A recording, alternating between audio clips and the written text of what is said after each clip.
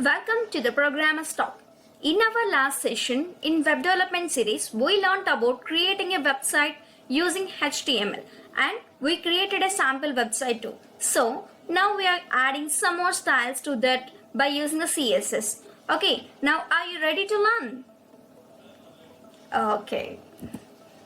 What we are going to discuss in this session, before adding styles to that website, we have to learn about CSS. So what is CSS and what are the types we have in CSS and what can we do with the CSS language? These are all going to cover in this session. What is CSS? CSS stands for Cascading Style Sheet. And where we use the CSS language? CSS is the language we use to style an HTML document, and it will contain some of the rules for that representation of HTML. We are adding the CSS to that HTML page to give the perfect website. This is about the CSS. And how to add CSS? By using the inline, internal and external. By using these three, we can add the CSS. These are also called as our types of CSS. Let's learn one by one. Inline. We can apply the CSS in a single element by inline CSS technique. The inline CSS is also a method to insert style sheet in HTML document. If you want to use inline CSS, you should use the style attribute to that relevant tag. Coming to the internal. The internal style sheet is used to add a unique style for a single document. It is defined in head section of that HTML page inside the style tag. What is the difference between inline and internal? CSS is used to apply the CS in a single line is called as an internal. Single document is called as an internal. Coming to the external, it is external style sheet is generally used when you want to make changes on multiple pages. It is an ideal for this condition because it facilitates you to change the look of that entire website by changing the just one file. It uses the link tag on every pages and the link tag should be put inside the head section. The external style sheet may be written in any editor, but it must be saved with a .css extension. This file should not contain HTML elements. This is the structure for that. And now what we are going to do with the CSS. Font size. We can change the font size of text and we can change the color of that background image. If you want to add an image to that website, if you add padding. Padding means padding is used to create a space around an element's content inside of any defined border. It's called as a padding. Margin. Margins are used to create space around the elements outside of any defined borders. It's called as a margin. Difference between the padding and margin is padding is used to is inside of any defined border and margin is used to outside of any defined borders. Coming to the image grid and properties. Image grid is a content style that takes a list of images, links and buttons and display it on grid. It provides a consistent look and feel that is responsive and accessible on that brand. So these are all going to cover and learn in a practical session.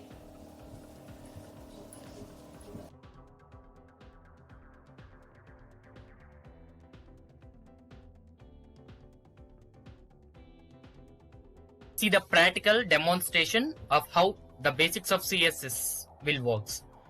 In this tutorial, we are going to see the basics of CSS and how do we align the beautiful way of CSS tables and forms and the properties of CSS. Let's jump into the code what we have done in the previous session. I have just created a skeleton like structure of my web page in which includes the header files, paragraphs, anchor tag, those three images and one table and one form, and the output will be in this format.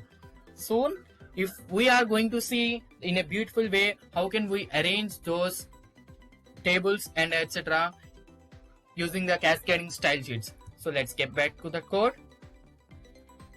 Okay, I'm going to first perform on this header. Basically the header the header file. Firstly, we are going to make changes for this header file, which was labeled as h1 tag. So I am going to make a style. I just want to make the text with an text align center. This text align center will automatically moves our header into the center of the web page. So as you can see that the header file has been aligned into the center, and this is the property of CSS to align the text as a center. Now I just want to make the font style as an italic. Let me save that, and generally it was a Times New Roman or something, one default font. When I refresh it, it has been changed into the italic format, right? Now I am going to change the color of the color, color. Color is an attribute. I am going to give the color as red. Let me check if the color has been changed or not. Yes, the color has been changed for the header file what we have done in the style. And now I'm going to make a change of background color as well.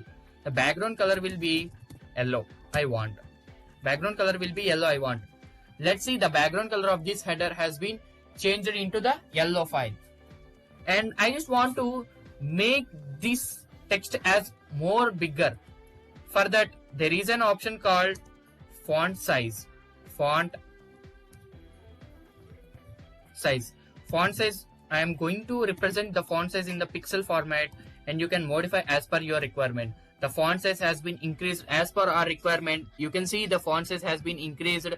The font color has been changed. The font style has been changed. The background color has been changed.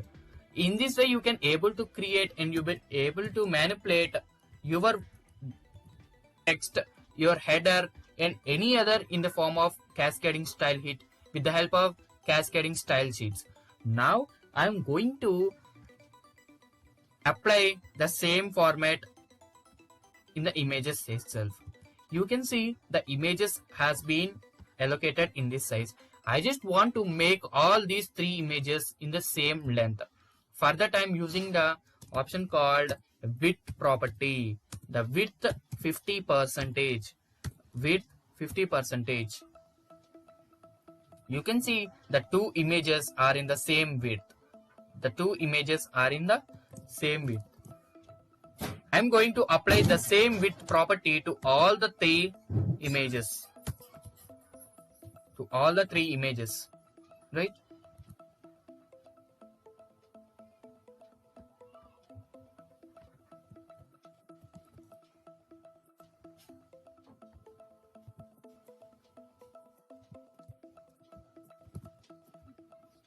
Yes, perfectly.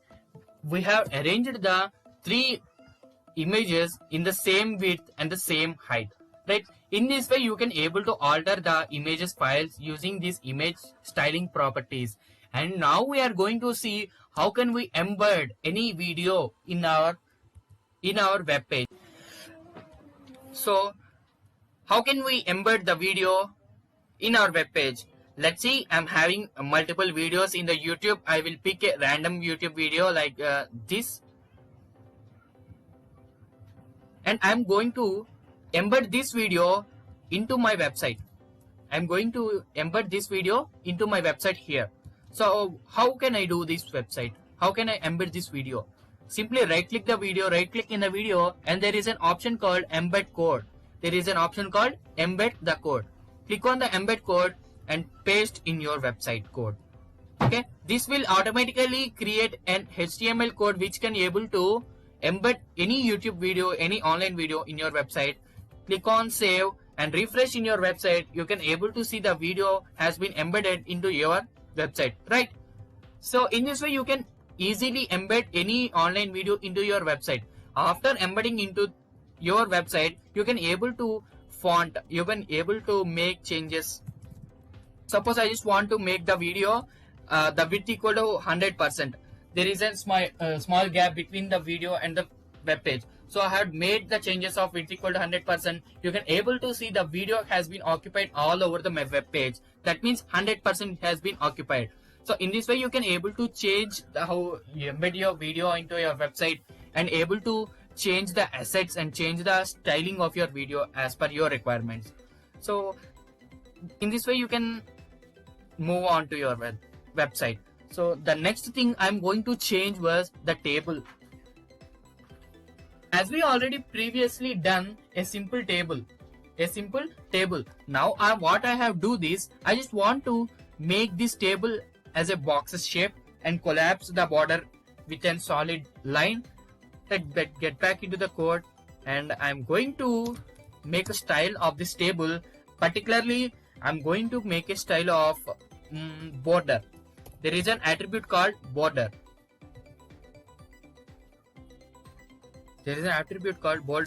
I'm going to place 1 pixel solid black line. Save and refresh. Yeah, what I had done is I have changed it. I had applied the style of border 1 pixel of solid black line to all of my form. And in the same way, I just want to apply the same border with all the table rows, with all the table header, with all the table data. So this will take many time, and there is a much more enhancement of your CSS code to all the tags. So what I will do is I just want to copy all the code in the table row, in the table header. A few moments later. In this way, you can able to apply the border 1 pixel solid black color to all your table row, to all your table header. So as a result, I have got this solid line to all the table row and the table header. So you have to apply this CSS property to all this table data, to all this table row as well, to make the table a beautiful way in the particular way. A few moments later. I have applied the same styling rule of border 1 pixel solid black line to all the table data, to all the table row, to all the table header. Let's see how it will be look like. So it will be look like this, and this is sounds interesting, and there is a lot of time bearing to apply all the properties to all the table. Is there any way to make any modifications to this thing? And that's the thing is making the CSS internally and the external CSS. See, we have done one property of CSS called inline CSS. This was this property of applying the styles to the tags or the data is known as the inline CSS. Now we are going to see how the internal CSS will represent. Simply we will take all this code. We will take all this code and put the code in one tag under style tag, and those will be represented as internal CSS. Let's see how can we demonstrate the internal CSS and make all this code as a hassle-free code to make our website or to make our table, to make our stylings made easy with the internal CSS. See, I have removed all the external tags has been implemented to the table and table row, table header, etc. So what I will do is I will do the internal changes. So at the top of the body, I'm going to make a tag with style type equal to text bar CSS. This represents a CSS text you are going to implement in the internal CSS as well. So what are the properties I just want to apply to all the tags? I want to the property of border 1 pixel solid black to the properties called tr, th and the table data. So all the data will be like this: table data, table row, and the th, and the table th. And I want to mention the border 1 pixel solid black and 1 pixel solid black. At the same time, let's see how it has been worked or not. Yes, absolutely, it has been worked perfectly. So what I will do is I just want to move this data into the center of the table. The text align will be center. Next align will be the center. It has been aligned into the center. Next what I will do means I just want to make this table as to the 100% width. So I'm going to make the property of width equal to 100%. Let me show whether I got or not. Yes, perfectly. I got a table with 100% width and all the borders and all the data has been aligned into the center. You can manipulate the separate and person and you are going to make the table data, and font size will be 100 pixel for only the table data what you have been inserted. So it has been automatically modified. There is no need of making any changes. These are all the table data. You are going to manipulate this table data as much as you want. I want to make the color as red for this table data. It has been changed as per your requirements. So in this way you can able to apply the CSS rules to all the similar data using the internal CSS format. And there is one thing you should remember, that making this CSS internal bit clumsy with your HTML code. So there is an option called external CSS. What I will do is simply I will copy the code and I will cut the code and make another file in the website. I am going to make new text document and let me mark it as style.txt first. Copy the code, save this, and again I am going to rename style.css.